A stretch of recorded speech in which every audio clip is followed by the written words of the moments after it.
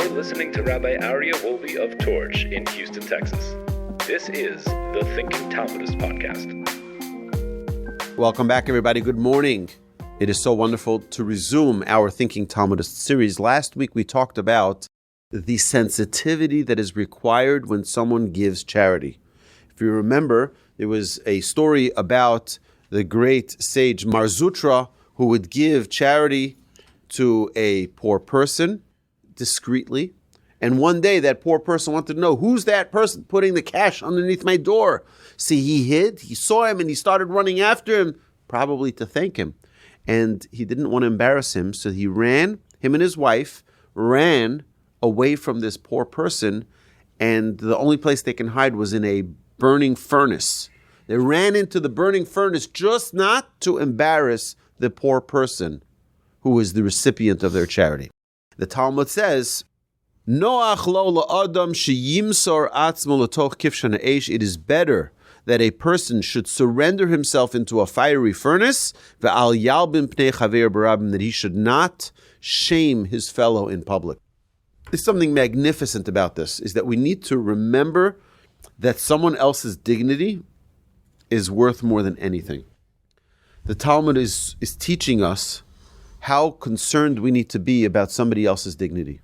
When you shame someone, when you embarrass somebody in public, there's nothing more damaging to a person. There's nothing more damaging than embarrassing them in public. And if a person is indeed going to be embarrassed, do anything you can not to hurt them publicly. So now the Gemara continues and shares a few more stories about this topic. So the Gemara relates another incident about Mar Ukva's act of charity. Mar Ukva hava anya b'shibivusa. Mar Ukva had a pauper living in his neighborhood. The have rogil l'sheidurei le arba mea zuzi kol male yom kippur, who would be accustomed to send 400 zuz every Yom Kippur to this person. Yom achado shadrinhu nahale biyad berei. One day he sent the money to him with his son. Asa amar le lo tzarich. But Mar Ukva's son returned and said to his father, he doesn't need the money. You're giving him money, you don't need the money. He doesn't need the money. Amar mai chazis. He says, really, what did you see that tells you that he doesn't need the money? He says, Chazai dika mizalfe le yain yashan. I saw that he was aromatizing, he was, swigging around really expensive aged wine. Amar mifanak kulei. Mar Ukva said to his son, is he so pampered that he is drinking such expensive wine? I'm giving him charity thinking he's a poor person, and here you go, you see him drinking this fine wine. He must need more money than I have been sending him. That's what he says. He says he must be needing more money. Aifinu v'shadrinu nehele. Mar Ukva therefore doubled his contribution and sent it off to him. What are we talking about here? What is Mar Ukva thinking, or why is he doing this? Our sages tell us something really incredible. We learned this last week, and we need to repeat it. The verse in the Torah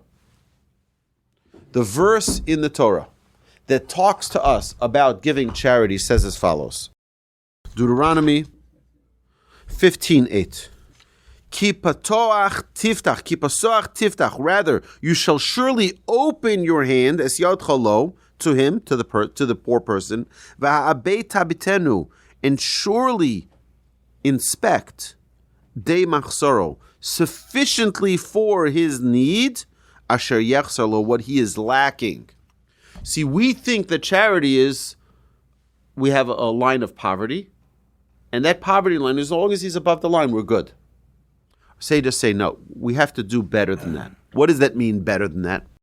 What we need to do, actually, is see what he's lacking. This guy used to be chauffeured around in his Rolls Royce.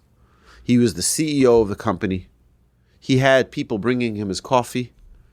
He was living a luxury life. Sadly, he lost his business. He lost his marriage. He lost his home. He lost his car. He lost all his privileges. And now he's sitting at the metro waiting for a bus. It's not that he's now living in a rental apartment instead of living in his palatial mansion in River Oaks. That's not the problem. The problem is he's humiliated every time he has to go on a bus. We're like, what's the big deal? He should learn. The Torah says, be sensitive to the standards that he was accustomed to. Be sensitive. Now, that doesn't mean that you have to become poor so that they live their affluent lifestyle. No, that's not what it means.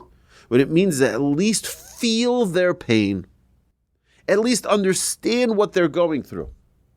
That means that even if I can't provide that for them. You know, the example that Rashi gives over there, Rashi says, even if he needs a horse and a carriage and servants to run in front of it, at least understand. It says, Ha'beit tabitenu. Look, examine, evaluate, see at least the pain that he's enduring. Now, again, I don't know anybody, we see here Mar Ukva did do so, but I don't know anybody who's like saying, what? You know, I'm so excited that we can give them more money because they need more money to live on a higher lifestyle. It's like, come on, why are we giving them money if they're living rich? I will tell you, though, a story. A friend of mine owns a pizza shop, and he would got a phone call from a certain organization that they were ordering like a bunch of pies of pizza from his pizza shop, and he told his delivery guy, he says, don't charge them. Don't charge them. It's an organization, what, 10 pies of pizza, 20 pies of pizza, it's fine. And he did this for many years. Every week, they had this event or whatever they were doing for the employees, lunch provided, and this guy would just send it, says, it's fine. Just like, he wouldn't charge them. One day, he didn't have a delivery guy. So he himself went to the organization to deliver the pizza. And he said that was the last time he gave it to them for free. He said, I looked at the place. The place is nicer than any, they had the most decked out, most beautiful offices. Top technology. Everything was just on, 5-star. He's like, these guys can pay for their pizza. Like, I don't understand. Like, now, that's the opposite of Mar Ukva, right? That's the opposite of Mar Ukva, right? But still, it's very jarring for us to hear. What do you mean? This guy's living on a high standard, so now I have to give him more. Doesn't make any sense. Sages teach us, again, not that necessarily we have to now give more, but at least we have to feel how big of a fall it was. So let's assume, we're assuming that everybody has to have a certain standard of living. So someone who is living at that standard and they fell, okay, so let's get them back up there. But what if someone fell from here? So they fell all the way down. Now we say, okay, we're just going to put you here. But that's not where they're coming from. You understand what I'm saying? What the Torah is teaching us, have sensitivity from where they come from. Charity is not a one-size-fits-all. Charity is very subjective to the individual who needs the charity.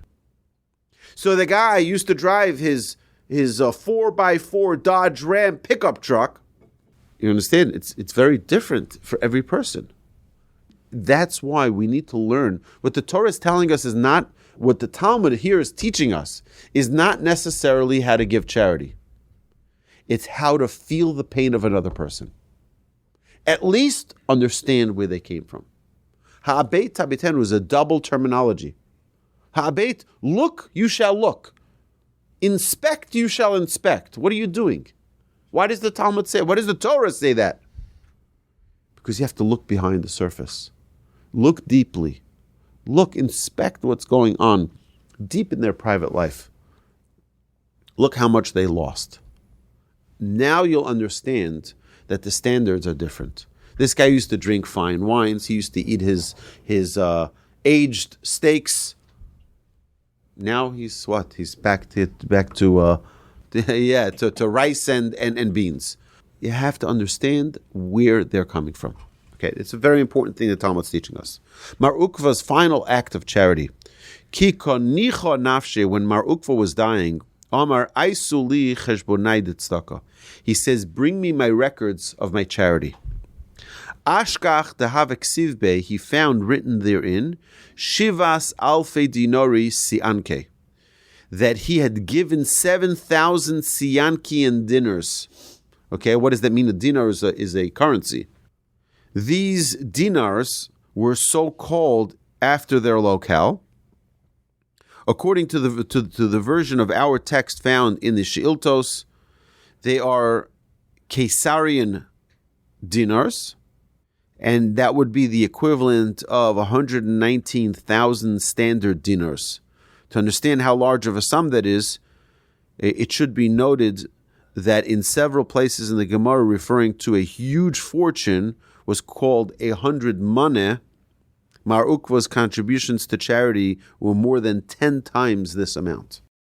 Okay, he gave an enormous amount of charity. Okay, I'll tell you that I have a friend of mine. We'll talk about this in a second. I'll share with you a great thing. Let's just finish this piece over here. Mar Ukva remarked then, after seeing that he had given 7,000 dinars, Zvodai kalile ve'orcha richikta. My provisions are light and the way is long. Come baz bezei lepalge mimone. He went ahead and lavished half his assets on charity. He gave away half of his charity. Whatever was left, he gave away, meaning he felt that he was short. He was falling short of how much he should have given, and he gave half his assets away to charity. I have a friend of mine who told me he has 2 bank accounts. He has his family bank account, and then he has God's account. He has God's account. Now, I want to just clarify that there are 2 different components that people confuse and conflate about charity. There's something called tithing. Tithing, a person earns $100, you give away 10, it doesn't belong to you. That 10 does not belong to you. You get 100, give away 10. It doesn't belong to you. It's a tithe. It's God giving it to us to be the distributors for Him. Charity is what we give above that 10%. Now, many people consider the 10% the charity, but that's not. That's not really the charity, that's the tithe. So, there's another responsibility. We'll see soon how much a person is allowed to give. The Talmud says that if a person gives more than a certain amount, it's considered to be reckless, because you're not going to have your own livelihood. You're not going to be able to take care of your own self if you give more than a certain percentage.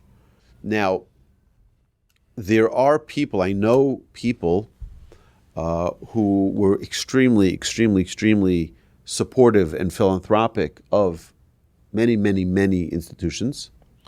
And what they did was they made a policy in their families, a big family that would give enormous sums of money. Their policy was they never give more than 50% of the organization's budget. Ever. That was their policy. Why? They said, what happens if we lose our money? If we lose our money, the organizations are all going to disappear. Therefore, their policy was they gave less than 50% of the budget. And organizations would come, they'd bring their budget, obviously they'd verify everything, and they would then give 50% of the budget. Less than 50%, 49%, whatever it was. But we understand that they gave an enormous amount. They gave to everybody. Now, I want to share with you something very, very special. So the Talmud says, we learn this from the Torah, that someone who is careful about tithing is guaranteed to not lose their money. Guaranteed not to lose their money. You will never lose by giving charity, ever. Well, we all know people who gave charity and lost their money. So how is that possible? Right? We all know those people who gave charity. And how is it possible? So perhaps we can say, imagine the following. Imagine someone calls you and says, Barry, can you be the executor for my charity? Instead of people coming to me, I want people to go to you. You're the one who's going to give out the charity for me. Okay. You investigate, make sure they're for real, make sure they're genuine. These are the, these are the criteria. Fine. We're going to have a meeting every 6 months. We're going to evaluate. I'll keep putting money into the account. You keep giving it out. I can trust you. Okay, great. 6 months later, we have a meeting. And I find out that what is Barry doing? He's not keeping the money for himself. No, God forbid. He's very honest. But he's giving primary privilege, primary benefit to the institutions that he enjoys. My synagogue, my daughter's high school, my children's, college. I'm giving money to there. I say, well, 1 second, why are you giving money there? Why aren't you giving to the other places? Right? And I realized that it's because he has his own personal benefit. You can imagine that there's a little bit of a tightrope there. It's going to be a little difficult to explain that. What do you mean? This is not you to create your benefit. Or you're going to get a sign now. It's going to say the Barry, right, Center for... That's not... You're using my charity to do your own benefits? That wouldn't be fair. Imagine God gives us money to distribute. And we are very, very selective about who we give to. Oh, that could be problematic. Which is why it's important. Anybody who puts out their hand, our sages tell us, you give. Kol haposhet yad notim lo. Someone puts their hand out, you give them. Doesn't mean you have to give them the same amount. You can give a little bit more to the places that you enjoy or you appreciate. That's fine. But you give everybody. And that is the principle. We give to everybody that is asking, that needs. That's an important thing. That's a very, very, very important thing. We're on 67b in Tractate Ketubot. So the Talmud says here that he went ahead and lavished half his assets on charity. The commentaries here say that he said, I did not give enough to charity to sustain me for the long journey beyond death upon which I'm about to embark. Although his contributions amounted to a colossal sum, they were not commensurate, in his view, with his ability to give. So it's not based on what everyone gives. It's based on what your abilities are. So for example, imagine Elon Musk, who's the wealthiest man on earth today. He's almost a trillionaire. Okay, trillionaire. Imagine he gave $50 billion to charity. It's like, wow, he's so, that's not even a tithe. You realize that's not even a tithe. His tithe would be $100 billion. $100 billion. That's not even a tithe. So it has nothing to do based on relative to other people. Right? For someone who earns $100 and gives $20 to a poor guy, he gave more than Elon Musk giving $50 billion. Because to him, it's more than 10%. You understand? You understand how powerful that is? It's subjective to the individual. And here, Mar Ukva felt it wasn't enough. Oh, you know what a sum he gave? It wasn't enough. So listen to what he did. He gave away half of his. So now he said, the Talmud, the halacha says that giving half of one's assets to charity at the time of death is like dividing one's own inheritance with one's heirs, half to one's soul and half to the heirs. Meaning, the charity that you're giving is what you're giving to your soul. So you yourself are splitting your inheritance with your heirs. Why? Because your soul is getting half with the charity that you're giving. And the Gemara asks, how was he permitted to do so? Remember we said this. There's a limit to how much charity one is allowed to give. Rabbi Aryeh said, in Usha they enacted a policy that Hamebazbez al yebazbez yoser michomesh. That one who lavishes money on charity should not give more than a fifth of his assets. So how is it possible that he gave half? It says you're not supposed to give more than a fifth. What's a fifth? 20%. So you're not supposed to give more than 20%. Why did he give more? So the Talmud says, Hani mili mechayim. That's referring to one who's living. Shemiyerd min. We're afraid that if he gives too much charity, he will become bereft of his possessions. Avala achar misa, but one may make a bequest after his death. Leislan ba, and we're not concerned if they give more than a fifth to charity.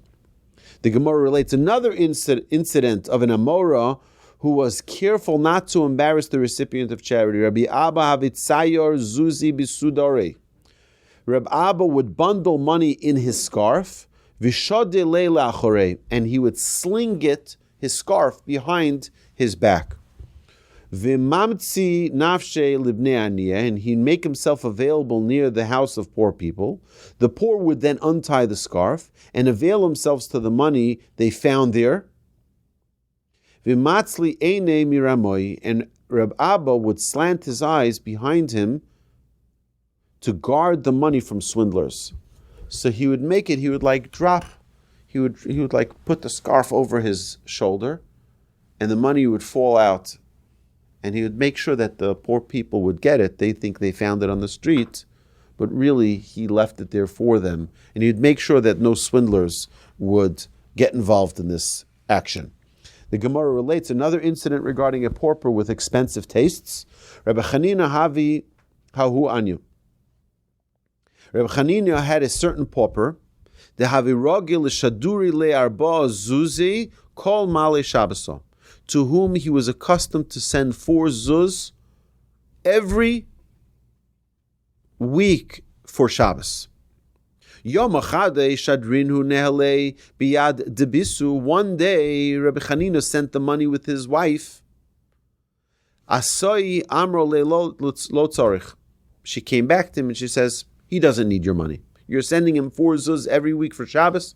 He doesn't need it. My chazisi, he asks her, what did you see that leads you to this conclusion? Sham'i dehavi ka'amrile, I heard him ask, Bameh atasoed, upon what do you dine? He says, Bitle kesef o bitle zav, upon silver tablecloths or upon gold tablecloths. Amar hainu de Amar Rabbi Eliezer. Rabbi Chanina replied, if so, that he is wealthy. This is an illustration of that which Rabbi Eliezer said, Bo v'nachzik tovel aramoin. Come and let us show gratitude to swindlers who pretend to be paupers in order to solicit charity. Shil molehein hayinu chotin b'chol yom. For if not for them, we would be sinning daily when we ignore the poor. Shenemar v'kor alecha Hashem v'hoye b'chol chet. Beware lest there be an irresponsible thought in your heart, and you will look malevolently upon your destitute brother and refuse to give him, and he will appeal against you to Hashem, and it will be a sin upon you. V'tani Rabbi Chia bar Rav Midifti, and Rabbi Chia, the son of Rabbi Difti, taught in a brayso. Rabbi Yeshua ben Korcha Omer, Rabbi Yeshua ben Korcha said, Kol ha'malin einov, Malim einov min tzedakah, whoever averts his eyes from charity, ki'ilu ovid kochavim, is considered as if he worshipped idols. Ksiv hacha, why? Because it says, Yisham locha pen yeh davar im levavcha blial. Beware lest there be an irresponsible thought in your heart. V'ksiv hasam, and it says there, Yetzu anashim bnei blial. Irresponsible men went out to entice the inhabitants of the city into committing idolatry. So it's using the same terminology. Over there it's referring to idolatry. So too here we say it's referring to idolatry. What is he saying here? He's saying we are concerned for people being dishonest in their request for idolatry, for charity. So if someone is doing that, you're not blamed when you don't give charity. That means it's a protective measure. Thank God there are swindlers, Because if not for the swindlers, if we ignored, God forbid, a poor person would be held accountable. But now, since there are people who are collecting charity dishonestly, then what happens? God doesn't blame you for turning away because you don't know if they're honest or not. That's why it's important. It's important to evaluate, and like you did last week, to consider all the options. You have this charity, you have that charity. You have to know that it's going to good cause, that they're not wasting it, and they're not, building gold goblets for hobby, right? You have to know that it's genuine and that it's real. And when a person does that, hopefully they'll be protected from not giving to a cause that's not valid. Because there's nothing worse for a person to feel like they got cheated. They gave it with all their heart, and it turns out it wasn't real.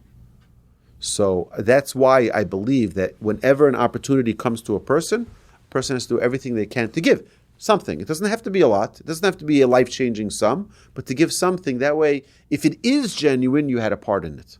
If it's not genuine, okay, so someone cheated me out of the $1.50 I gave them in charity, it's fine. It's not the end of the world. But at least if it was valid, I had a part in it. It's a special thing. Okay. Yes, okay. So that we're going to get to when we study the Rambam. The Rambam gives the priorities of charity. Okay, so it always begins at home. Charity always begins at home. If you have either your own self or your own, I want to share with you an incredible story, okay? I had a guy who came to my house. I said the story before. It's one of my favorite stories about. I know. 1 second. I'm going to tell you. There's a guy who came to my house. I get a phone call. There's a rabbi coming to visit Houston. Can he stay in your home? Usually when that happens, it's someone who's coming to collect charity for whatever cause. This guy's coming from Israel. He came to my home. He stayed with us for Shabbos. He came to my classes. He loved it. He was so impressed. Great. After Shabbos, we're walking back from synagogue. And I said to him, after Havdalah, after we're done, let's sit and talk about what you're here for. He says, what are you talking about? I said, you came here to collect money. He says, me collect money? No, I don't need anybody's money. I have plenty of money. But I want to share with you an incredible story. And he says the following story. He says, bring your family, sit around the table. I want you to hear the story. When he got married, him and his wife lived in Jerusalem, and he was a scribe. He would write mezuzahs, he would write scrolls for tefillin, for Torah scrolls. The biggest problem for a scribe is their drawer. Okay, if you have scrolls in your drawer, it's not good, because that means you don't have a way to distribute them. You don't have a store that's going to sell them for you. It's a big problem because then the pile gets bigger and bigger. You keep writing and it keeps getting bigger and bigger, and you have all this inventory and you have no way to get it out. And he said that drawer was filled and he didn't have anything in his refrigerator for his family, for his wife and one child at that time. So he didn't know what to do. He said they were so poor. He says, you cannot imagine the poverty they were living with. Or living without. Had nothing. So he went to his rabbi and he says to his rabbi, I want to know if I can get a reprieve from tithing. I'm so poor myself. The charity should go to me. So the rabbi says, listen, this is too big for me for my shoulders. Go, there's a rabbi in Jerusalem, you should go talk to him. Goes to the rabbi, he tells him his whole story. He says, I want to get a reprieve from giving a tithe. The rabbi says, I'm going to give you a reprieve, but you have to promise me the following. You're not going to give a tithe anymore. You're going to give 20%. He says, I came to get off 10%, not to give 20. He says, make me a promise that you're going to give 20% and you will have the most incredible blessing. He goes home. He said, I have to talk to my wife. He goes home, tells his wife. His wife says, did you make a promise? He said, no. She says, you're an idiot. Why didn't you give a promise? The rabbi said he's going to give you a blessing. She says, 20% of nothing is still nothing. So make the promise, you'll get the blessing. So he says, you know what? I'm making the promise. They stood there. They said, without an oath, because we're Jews, we're not allowed to make an oath. Without an oath, without a vow, we're committing that any dollar we earn, we're going to give 20%. And the rabbi's blessing will rest upon us. He said, 5 minutes later, he gets a phone call from the first rabbi. He says to him, where are you right now? He says to him, I'm home. He says, I need you in the yeshiva right now. Immediately, emergency, I need you here right now. He says, well, I don't have money for a cab. He says, go to your neighbor and borrow. You need to be here right now. He borrowed money, 20 shekel. He told me he borrowed 20 shekel to go to the yeshiva to his rabbi. His rabbi is standing there talking to an old student from the yeshiva. And he says to him, here, this is the scribe. He says, this guy owns a very successful Judaica store in New York City. You guys should work together. This rabbi sitting in my house said to me, that was over 20 years ago, and I haven't had a single scroll in my drawer since. And I asked him, I said, do you still give 20%? He says, I pledge it out before and I looked at his scrolls. It was stunning, expensive. I said to him, can I buy one of these? He said, this scroll was already sold 3 years ago. I'm going to San Antonio to deliver it. That's why I came here. I came here to hand deliver the scrolls to the people who purchased them 3 years ago. He says, I am sold out for the next few years already. So if you give me the money now, in a couple of years, you'll be able to get it. That's how sold out he is. He's never had a scroll back in that drawer. That's the power. When someone makes a commitment like that, right, it's guaranteed. The Gaon of Vilna says it's a guarantee for enormous wealth. Right? We typically think the opposite. The more I hold on to, the more I'll have. God says just the opposite. The more you give, you're a good vessel for me giving, I'll give you more to give. Had a guy, and we'll finish off with this story. This is a true story. It happened with me. This guy randomly, totally randomly, sends me a check to the old Torch Center for like $13,000, 542. I don't remember. It was a weird number. He sends me this check. I call him up and I tell him, thank you so much, but this is a lot of money. And it's a really odd number.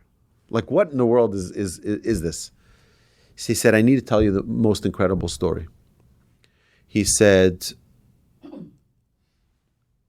I did not make enough money last year to cover my pledge. And I really felt bad. So I said, you know what? I'm cutting the check to the exact number of what I owed you for my previous pledge. And I'm gonna make it out. I'm gonna sign it, but it's gonna still sit on my desk because I want to make sure that it won't bounce. He said, I got a phone call just a couple of days ago from my boss, and he says to me, I need to meet with you in my office. There's been an issue. He's like, uh-oh, he's getting fired. So he comes into the office. And the boss says to him, I need to apologize to you. He said, we made our calculations, and the bonus that you got last year was too little. We were $13,524 short of how much you were supposed to get. And he said, that's why you got that check. He said, exactly the amount we cut out for you was the exact amount that they left out of my bonus that I got as soon as I wrote out the check. It's unbelievable. It's an amazing thing. I have the letter still, by the way. I have the letter he wrote me explaining this whole thing. So you know what? It is only Hashem gives us the opportunity. And when this is something we're studying in our Monday night Musar Masterclass, we're in the middle of studying this magnificent book, The Gateway to Trust. trusting in Hashem, having reliance on Hashem. We like to be in control of everything. We're in a culture where everything is custom. You can go to Starbucks and you order the double pump of caramel with a little bit of maple syrup and a teeny dash of sugar and a little splash of milk and this and half, whatever it is. People, you can make everything custom. I'm in control of everything. There are 45 million varieties of coffee you can order at exact temperatures. We want to be in control of everything. Hashem says, let go and let me. Hashem should bless us all. Have an amazing Shabbos. You've been listening to Rabbi Aryeh Wolbe on a podcast produced by Torch, the Torah Outreach Resource Center of Houston. Please help sponsor an episode so we can continue to produce more quality Jewish content for our listeners around the globe. Please visit torchweb.org to donate and partner with us on this incredible endeavor.